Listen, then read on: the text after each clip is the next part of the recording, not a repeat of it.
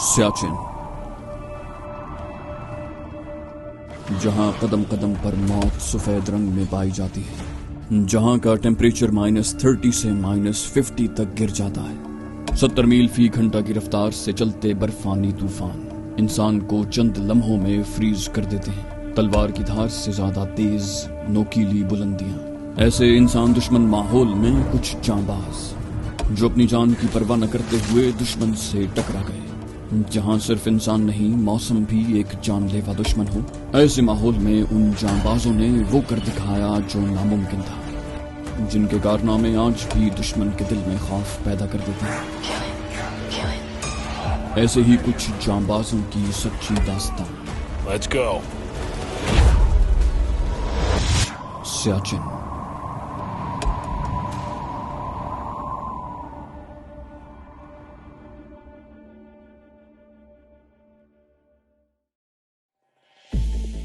सब नजरें भारतीय वजीर आजम की तरफ लगी हुई थी। अब तक चाय और कॉफी के मुताद्दिद दौर चल चुके थे। सूरज निकल आया था। इसका एहसास उन्हें गहरे नीले रंग के पर्दों के बदलते शेड्स से हुआ, जो बड़ी बड़ी हवादार खिड़कियों के सामने टंगे हुए थे। भारतीय वजीर आजम मीटिंग से खिताब के लिए खड़ी हुई तो उनके चेहरे से कोई अंदाजा नहीं कर सकता था कि वो सारी रात जागती रही हैं। उनकी आवाज की घनगरज कायम थी। आर्मी चीफ ने अपने साथी के कान में सरगोशी की, ये बड़े मजबूत आसाब की औरत है, और चौकन्ना होकर बैठ रहा। मिसेज इंदिरा गांधी ने हस्बे मामूल अपनी गुफ्तगू का आगाज भारत की महानता से किया। वो बोली, भारत एक महान देश है। हमें सारी दुनिया पर यह बात साबित करनी है कि हमने पाकिस्तान से हमेशा कहा है कि वो भारत के दूसरे हमसायों नेपाल, भूटान और मालदीव की तरह अमन से रहे। लेकिन पाकिस्तान की मिलिट्री जनता हमारी बात मानने की बजाय हमारे देश के मामलात में मुदाखलत कर रहे हैं। अब पंजाब में सिखों को हमारे खिलाफ भड़काना शुरू कर दिया है। मैंने आपसे 71 में कहा था और आज भी कह रही हूँ कि पाकिस्तान को सबक सिखाना बहुत जरूरी है। शायद अपने देश के 2 टुकड़े करवाने के बाद भी उन लोगों का दिमाग दुरुस्त नहीं हुआ। अब वक्त आ गया है कि हम उनका दिमाग दुरुस्त करें। आप लोग हमारे अजीम दोस्त रूस के एहसानात फरामोश नहीं कर सकते। हमने पाकिस्तान के खिलाफ तमाम जंगें उसी की मदद से जीती हैं। आज हमारी दोस्ती का भी तकाजा है कि हम पाकिस्तान को सबक सिखाएं, जो अफगानिस्तान में उसके खिलाफ मसाइल पैदा कर रहा है। इस इलाके की सूरत हाल पर आपको 2 रोज पहले ब्रीफिंग मिल चुकी है। हमारे हमले से पाकिस्तानियों के दिमाग ठिकाने आ जाएंगे, उनकी तवज्जो बढ़ जाएगी, और सबसे बढ़कर ये कि इसका जो भी रद्द अमल होगा वो हमारे लिए कुछ मसाइल खड़े नहीं कर सकेंगे। मिसेज इंदिरा गांधी ने उसके बाद अपने अज़ाइम, कांग्रेस की अजमत और अपने पिताश्री की ख्वाहिशात का जिक्र किया कि वो भारत को हिंदुस्तान की शक्ल में लौटता देखना चाहते हैं, और अब पाकिस्तान को भारत में जम करके वो अपने पिताश्री नेहरू और महात्मा गांधी की आत्माओं को भी खुश कर सकते हैं। उस महफिल के हाजरीन में से सिवाय 2 शख्सियात के और कोई मिसेज इंदिरा गांधी के पागलपन का हिमायती नहीं था। ये 2 थे कर्नल कुमार और रॉ का डायरेक्टर मिस्टर R.N. काओ। इन दोनों को भी मिसेज इंदिरा गांधी की तरह इतिहास के पन्नों पर अपने नाम लिखवाने का शौक था। लेकिन ये दोनों भी भारतीय वजीर आजम की तरह ये बात नहीं जानते थे कि सियाचिन में मुदाखलत की उन्हें क्या कीमत अदा करनी पड़ेगी। वो इस तबाही का अंदाजा नहीं लगा सकते थे जो भारतीय आर्मी का मुकद्दर बनने वाली थी।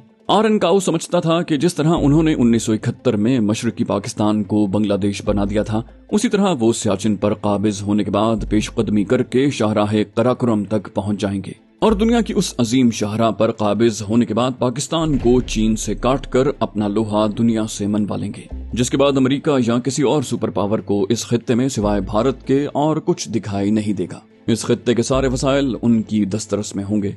जनूबी एशिया की सुपर पावर वो बन जाएंगे, और सारी दुनिया में किसी को अगले 100 साल तक भारत की तरफ, यानी अशोका की अजीम सल्तनत की तरफ आंख उठाकर देखने की हिम्मत भी नहीं होगी। मिसेज इंदिरा गांधी ने आर्मी चीफ की तरफ देखा। All right general, go ahead. Army chief का दिल एक मर्तबा तो धक से रह गया, लेकिन दूसरे ही लम्हे वो संभल गया। Okay madam. उसने अपने दिली जज्बात का मामूली सा तासुर भी अपनी आवाज में पैदा न होने दिया। दोनों की तरफ से ओके सिग्नल पर हाजरीन ने तालियां बजाईं ताकि अपनी प्राइम मिनिस्टर को यकीन दिला सकें कि वो इस फैसले से बहुत खुश हैं। मिसेज इंदिरा गांधी ने उठते हुए कहा, जेंटलमैन, नाश्ता करने के बाद आप जा सकते हैं। अगले 15 मिनट के बाद हम नाश्ता करेंगे। फिर बड़ी तमकिनत, रऊनत और मुजस्सम फिरौनियत से भारतीय वजीर आजम जिस तरह नपे-तुले कदमों से वहां आई थी, उसी तरह बगली दरवाजे से वापस लौट गई। उनके बाहर निकलते ही बोझल दिल और आंखों वाले आर्मी चीफ ने हाजरीन से नजरें मिलाए बगैर बाथरूम का रुख किया। वहां मौजूद तकरीबन सब लोग ही उससे पहले भी मुतादिद मर्तबा उस हॉल में आ चुके थे। उन्हें इल्म था कि वहां के मामूलात क्या हैं। जनरल चिब्बर को भारतीय वजीर आजम से मिले 15 रोज हो रहे थे और अभी तक बज़ाहिर उन्हें हेडक्वार्टर की तरफ से कोई खास हिदायत नहीं मिली थी। उसूली तौर पर तो उसे मायूस होना चाहिए था, लेकिन जनरल चिब्बर पुरुमीद था। उसे इल्म था कि उसके मुल्क की वजीर आजम बड़ी मुहिमजू औरत है, जिसे तारीख के सफ़ात में अपना नाम लिखवाने का भी शौक है। जरूर वही कुछ करेगी जिसका अंदाजा वो खुद भी कभी नहीं लगा सकती थी। जनरल चिब्बर की भी यही कमजोरी थी। वो भी नेपोलियन बोनापार्ट और जनरल पैटन की तरह का मशहूर जर्नैल बनना चाहता था। उस रोज जब उन्हें हेडक्वार्टर की तरफ से स्टैंड बाय सिग्नल मिला तो बेइख्तियार वो उछल पड़ा। कर्नल कुमार, गेट रेडी, उसने अपने हम ख्याल कर्नल कुमार से कहा, जो चंद रोज पहले ही हेडक्वार्टर से वापस लौटा था और जिसने उस मीटिंग का कतन कोई जिक्र भी जनरल चिब्बर से नहीं किया था। दोनों एड़ियां बजाते हुए कर्नल कुमार ने कहा, सर, कुमाऊं रेजिमेंट और लद्दाख रेजिमेंट की दोनों बटालियन अगले 10 घंटों में वहां जमा हो चुकी थी। उन दोनों बटालियन में ज्यादा तादाद उन जवानों की थी जो एक अरसे से माउंटेन डिवीजन का हिस्सा रहे थे और नेफा में तैनात थे, यानी नॉर्थ ईस्ट फ्रंटियर एजेंसी। गुज़श्ता 3 साल में से उनमें से दर्जनों बारी बारी एंटार्क्टिका जा चुके थे। उनमें वो कमांडोज भी थे जो रूसी अफवाज के कमांडोज के साथ साइबेरिया के बर्फीले मैदानों में महीनों तरबियत हासिल कर चुके थे। ये सब भारतीय फौज के मायानाज कमांडोज शुमार होते थे, जिन्हें उनके अफसरान एक अरसे से इसी वक्त के लिए तैयार कर रहे थे। और फिर वो वक्त आ गया। शायद ये ऑपरेशन कुछ वक्त के लिए मजीद टल जाता, लेकिन भारतीय इंटेलिजेंस की तरफ से आर्मी हेडक्वार्टर को मिलने वाली उस इंतहाई अहम रिपोर्ट ने भारतीय हाईकमान को चौंका कर रख दिया, जिसके मुताबिक पाकिस्तानी अफवाज की 2 कंपनियां सल्तोरो रेंज पर कब्जा करने के लिए गिलगित में मौजूद हैं, जो जदीद हथियारों से मुसल्ला भी हैं। ये लोग सल्तोरो रेंज पर मजबूती से कदम जमाने के बाद दरअसल लद्दाख की तरफ एडवांस करेंगे और भारतीय मकबूजा कश्मीर में उस अहम महाज पर काबिज होकर मकबूजा कश्मीर पर कब्जे की राह हमवार करेंगे। ये रिपोर्ट कहां से आई थी? भारतीय फौज की हाई कमान को भी उसका जरिया बताने से इनकार कर दिया गया। उन्हें बहुत देर के बाद समझ आई कि इस रिपोर्ट का माखिज रॉ का शैतानी दिमाग था, जिसकी तरफ से ये खदशा जाहिर किया जा रहा था कि ऐन मुमकिन है सियाचिन में मुदाखलत पर आर्मी चीफ को अपने हमकारों की मुकम्मल आशीर्वाद हासिल न हो और वो लोग बादिल नखास्ता इस काम को करने पर रजामंद हों। जाहिर है कि इस तरह उन्हें बददिली से किए गए इस हमले के मुतवक्के नताइज न मिल सकेंगे। इसलिए ये इंतहाई कॉन्फिडेंशियल लेकिन जाली रिपोर्ट भारतीय फौज के हेडक्वार्टर्स को रवाना की गई थी। इस रिपोर्ट की बुनियाद पर भारतीय चीफ को अपने हमकारों को अपनी मर्जी से शामिल करने की आसानी मयस्सर आ गई। भारत की नॉर्दर्न कमांड के हेड ऑफिस में अप्रैल की उस सुबह आर्मी हेडक्वार्टर की तरफ से पैगाम मौसूल हुआ, ऑपरेशन मेघदूत शुरू करो। उसके साथ ही जीओसी लेफ्टिनेंट जनरल चिब्बर, जो गुज़श्ता 1 हफ्ते से बड़े जोश खरोश के साथ कर्नल कुमार की कमांड में कुमाऊं रेजिमेंट और लद्दाख स्काउट्स की मुख्तलिफ पलटनों को हमले की रिहर्सल करते देखा करते थे, कुछ देर के लिए तो वो गड़बड़ा गया। उसके इम्तिहान का वक्त आ गया था। उसने अपने अफसरान के सामने लंबी लंबी बढ़ की थी। उसने उन्हें बताया था कि वो भारतीय फौज के माथे पर 1962 में चीन की लड़ाई में सियाचिन के मशरिक में वाक़े पहाड़ी सिलसिले अक्साई चिन को गंवाने का दाग धो डालेंगे। लेकिन अब वो अचानक सोच में पड़ गया था कि कहीं यहाँ भी अक्साई चिन की तारीख ना दोहराई जाए। अक्साई चिन वो 1962 की जंग में चीन के हवाले कर चुके थे।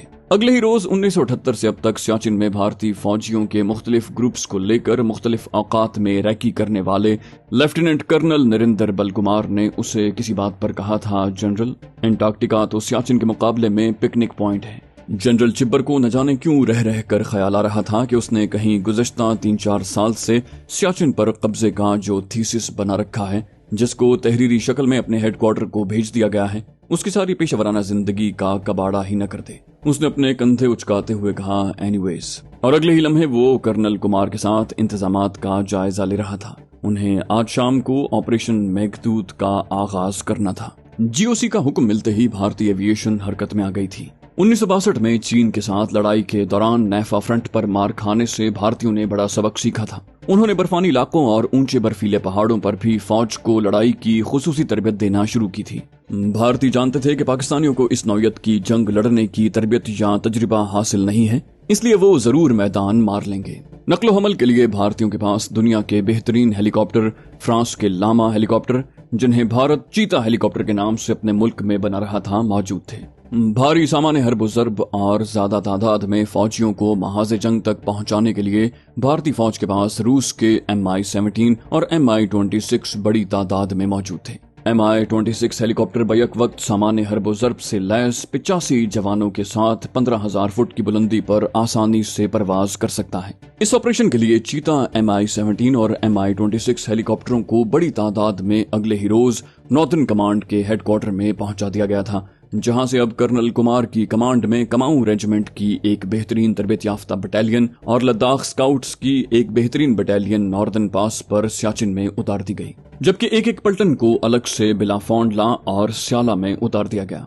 ये दोनों स्ट्रेटेजिक लिहाज से अहम तरीन दर्रे सल्तोरो रेंज पर सियाचिन के मगरिब में मौजूद हैं। उन दोनों दर्रों तक रसाई सियाचिन के सिर्फ मगरबी समत ही से मुमकिन है। स्याला सतह समंदर से 18,300 फुट की बुलंदी पर वाक़ है और उस तक दिमसुम से बरास्ता कुंदूस ग्लेशियर तक पहुंचा जा सकता है। स्याला के दोनों पहलू 22,000 से 24,500 फुट ऊंची चोटियों से ढके हुए थे। इस तरह भारतीयों ने अपनी दानिस्त में यहाँ नाकाबिले तस्खीर पोस्ट कायम कर ली थी। सियाचिन ग्लेशियर की तरफ से लोलोफोंड ग्लेशियर और मगरबी जानिब से बिलाफोंड ग्लेशियर दर्रा साल्तोरो पर आपस में मिलते हैं। इस दर्रे के दोनों जानिब कोहे साल्तोरो शुमालन जुनूबन फैलता चला गया है, जिसकी ऊंचाई 18,200 फुट है। कुंदूस ग्लेशियर के मुकाबले में बिलाफोंड ग्लेशियर की सतह ज्यादा दुश्वार गुजार है। इस दर्रे के शुमाल मगरिब में साल्तोरो गंगरी की ऊंचाई करीबन 25,500 फुट और छुमक चोटी 22,000 फुट से ज्यादा बुलंदी पर वाक़ है।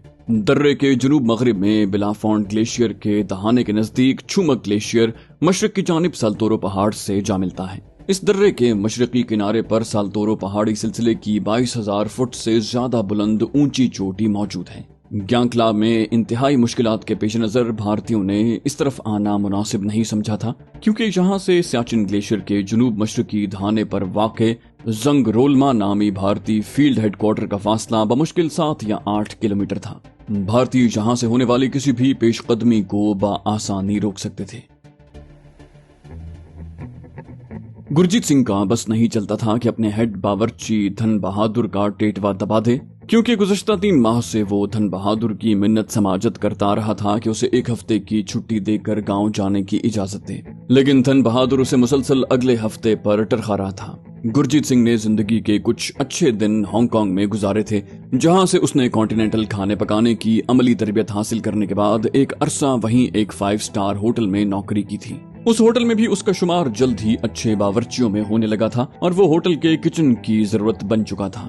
गुरजीत सिंह ने हांगकांग पहुंचने के फौरन बाद ही अपने लंबे लंबे गेसुओं से निजात हासिल कर ली। काफी अरसे तक उसने अपनी शेव भी साफ रखी, लेकिन फिर न जाने क्यों छोटी छोटी दाढ़ी दोबारा रख ली। अगर उसके नाम के साथ सिंह का लफ्ज न होता तो कोई उसे सिख मानने पर तैयार नहीं था। बुरा हो उसके बहनोई आत्मा सिंह का, जिसने एक रोज दुश्मनी में अपने गांव में कत्ल कर दिया और गुरजीत सिंह को वापस भारत जाना पड़ा। बहनोई के जेल जाने से यदविंदर कौर अकेली रह गई थी। गुरजीत और गुरविंदर कौर की कड़माई हुए 2 साल होने को आए थे और वो जब कभी 3-4 माह के बाद 8-10 दिन के लिए घर आता तो वालिदैन को अगले फेरे पर शादी का गच्चा देकर निकल जाता, लेकिन इस मर्तबा वो बुरी तरह फंस गया था। आत्मा सिंह की जमानत नहीं हो रही थी, मुखालिफ पार्टी मजबूत थी। उसने गुरजीत से मुलाकात पर कह दिया था कि अब की बार वो अकेला हांगकांग वापस नहीं जाएगा, अपनी बीवी को साथ लेकर जाएगा। गुरजीत ने बहुत आएं बाएं शाएं की, लेकिन इस मर्तबा घर वालों ने उसकी दाल नहीं गलने दी और उसे जबरदस्ती ब्याह दिया।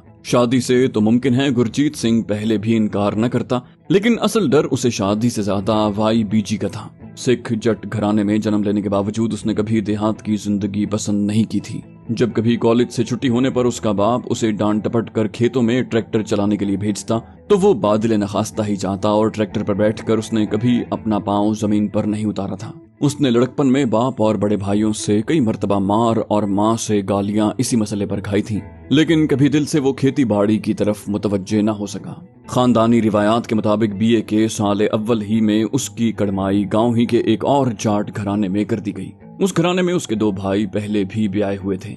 गुरजीत सिंह को यकीन हो चला था कि अब उसकी जान मुश्किल ही से छूटेगी, क्योंकि BA करते ही घर वाले उसकी शादी कर देंगे, जिसके बाद उसके पास 2 ऑप्शन रह जाएंगे कि या तो वो अपना आबाई पेशा अख्तियार करे या फिर फौज और पुलिस में नौकरी करे, जहां उसके खानदान के अक्सर लोग पहले से ही मौजूद थे। اور وہ کھینچ تان کر اسے ضرور کسی نہ کسی پیراملٹری فورسز میں ملازمت دلوا ہی دیتے۔ گرجیت سنگھ کی ان سب باتوں سے جان جاتی تھی۔ اس نے جٹ گھرانے میں جنم لینے کے باوجود برہمنوں جیسا مزاج پایا تھا۔ وہ تو غیر ممالک کے خواب دیکھ رہا تھا، اور اس خواب کو حقیقت کا روپ مل گیا جب اس نے ہانگ کانگ کے ایک انسٹیٹیوشن میں ہوٹل مینجمنٹ کورس میں داخلہ لے لیا۔ دراصل اس نے ہوٹل مینجمنٹ کا تو بہانہ کیا تھا، اس نے داخلہ ہی کک کورس میں لیا تھا، اور خدا کر کے بلاخر اس کے گھر والے اس شرط پر مانے تھے کہ وہ اپنے دیش سے باہر نوکری نہیں کرے گا۔ گرجیت سنگھ نے فوراً حامی بھر لی۔ اس نے سوچا فی الوقت گھر والوں کی ہاں میں ہاں ملانا ہی اس کے لیے بہتر ہے۔ ایک روز وہ ایئر انڈیا کے جہاز میں بیٹھ کر ہانگ کانگ پہنچ بھی گیا، جہاں اس کے خواب حقیقت بنتے دکھائی دے رہے تھے، جہاں اس کے لیے سب کچھ موجود تھا، اور اس نے یہاں زندگی کی محرومیوں کو چند مہینوں میں ہی ختم کر دیا۔ ساری زندگی اس نے چولہے کو ہاتھ نہیں لگایا تھا، لیکن واحے گرو کی کرپا سے نہ جانے کہاں اس کے ہاتھوں میں ایسی تاثیر آ گئی کہ جو کھانا وہ بناتا کھانے والے انگلیاں چاٹتے رہ جاتے۔ اپنے اسی فن کے بلبوتے پر وہ بلاخر شیرٹن ہوٹل تک پہنچ گیا، جہاں اب وہ اچھی خاصی تنخواہ اور مراد کے ساتھ شاندار زندگی گزار رہا تھا، اور بیٹھے بٹھائی یہ مصیبت اس کے گلے آن پڑی۔ اس نے گھر والوں کی ضد کے سامنے ایک شرط پر ہتھیار پھینکے تھے کہ وہ گاؤں میں نہیں رہے گا، دلی میں رہے گا اور وہاں اپنی مرضی کی نوکری کرے گا۔ شاید اس کا باپو تو یہ شرط نہ مانتا، لیکن گرجیت سنگھ کے سسر کی منت سماجت پر اسے ہتھیار پھینکنے پڑے۔ یوں بھی اس کے بیٹوں نے اب بھائی کی حمایت کرنا شروع کر دی تھی، اور اس کے لیے یہی کافی تھا کہ کم از کم گرجیت سنگھ بھارت سے باہر نہیں جا رہا، کیونکہ اسے خطرہ پیدا ہو چلا تھا کہ ایک مرتبہ اب وہ دوبارہ ہانگ کانگ گیا تو کبھی واپس نہیں لوٹے گا۔ گرجیت سنگھ نے شادی کے بعد اپنی بیوی سمیت ہانگ کانگ کا چکر لگایا اور اپنے مینیجر سے دلی کے ہوٹل شیرٹن کے لیے سفارشی رقہ لے کر آ گیا، کیونکہ اس کا شمار اچھے باورچیوں میں ہونے لگا تھا۔ اس لیے اس کی سفارش کرنے میں مینیجر نے کسی ہچکچاہٹ کا مظاہرہ نہ کیا۔ دلی کے ہوٹل شیرٹن سے تاج محل اور پھر تاج محل سے پرائم منسٹر ہاؤس تک کا سفر اگلے 3 سال میں طے ہو گیا۔ دھن بہادر، جو پرائم منسٹر ہاؤس کا ہیڈ باورچی تھا، ایک روز کسی اچھا کھانا پکانے والے کی تلاش میں جس کی ضرورت اسے شدت سے آن پڑی تھی، تاج محل میں اپنے ایک پرانے دوست کے پاس آیا تھا، جس نے فوراً ہی گرجیت سنگھ کا نام لے کر اس کا تعارف بھی کروا دیا۔ وزیر اعظم ہاؤس کی نوکری سے نہ کرنا گرجیت سنگھ کے نزدیک کفران نعمت کے مترادف تھا، کیونکہ یہاں اسے تنخواہ معمول سے دگنی اور بہت سی ایسی مراد بھی حاصل ہو جاتی جن کے بعد وہ کم از کم دلی کی ترلوک پوری سے ضرور نجات حاصل کر سکتا تھا، اور ایسا ہی ہوا۔ اسے پرائم منسٹر ہاؤس کے سرونٹ ایریا میں ایک شاندار لگژری فلیٹ رہنے کے لیے مل گیا۔ گرجیت سنگھ اگلے 3-4 روز بعد اپنی بیوی اور ایک بچے سمیت وہاں منتقل ہو گیا۔ اس نے دلی کی پسماندہ بستی ترلوک پوری میں اپنا مکان کرائے پر چڑھا دیا اور اب وہاں خوشی کی زندگی بسر کر رہا تھا۔ اسے اپنے گاؤں سے اگر اب تک کوئی دلچسپی تھی تو اس کی وجہ سوائے اس کی ماں اور سسرال کے اور کچھ نہیں تھا۔ یہی دلچسپیاں اسے 2-3 مہینے کے بعد 1-2 دن کے لیے امرتسر لے جایا کرتی۔ بصورت دیگر اسے اپنے آبائی مسکن سے کوئی دلچسپی نہیں تھی۔ اس نے تو بہت کوشش کی کہ اس کا باپ بھی زمین اور گھر بار فروخت کر کے دلی آ جائے، جہاں وہ آسانی سے اپنے دونوں بھائیوں کے لیے اچھی ملازمت کا بندوبست کر سکتا ہے، لیکن اس کے باپ نے اس کی اس تجویز کا جواب ہمیشہ گالیوں کی صورت میں اسے دیا تھا، کیونکہ اس کے نزدیک زمین ماں کا درجہ رکھتی تھی اور وہ زمین فروخت کرنا اپنی ماں کو بیچنے کے مترادف سمجھتا تھا۔ وہ کہتا، اچھا باپو، جیسے آپ کی مرضی، کبھی آپ کو میری یہ باتیں بہت یاد آئیں گی۔ وہ بس اپنے باپ کو اتنا کہہ کر خاموشی اختیار کر لیتا۔ 2-3 مرتبہ اس نے ماں کو زبردستی یہاں لا کر رکھا تھا، لیکن حیرت انگیز طور پر 2-3 روز کے بعد ہی اس کی ماں کی طبیعت اچاٹ ہونے لگی۔ کبھی اسے گرجیت کے باپو کے کھانے کی فکر لگ جاتی اور کبھی اپنے گھر میں موجود گائے کی۔ اب تو گرجیت نے ہار مان لی تھی اور انہیں کچھ کہنا ہی چھوڑ دیا تھا۔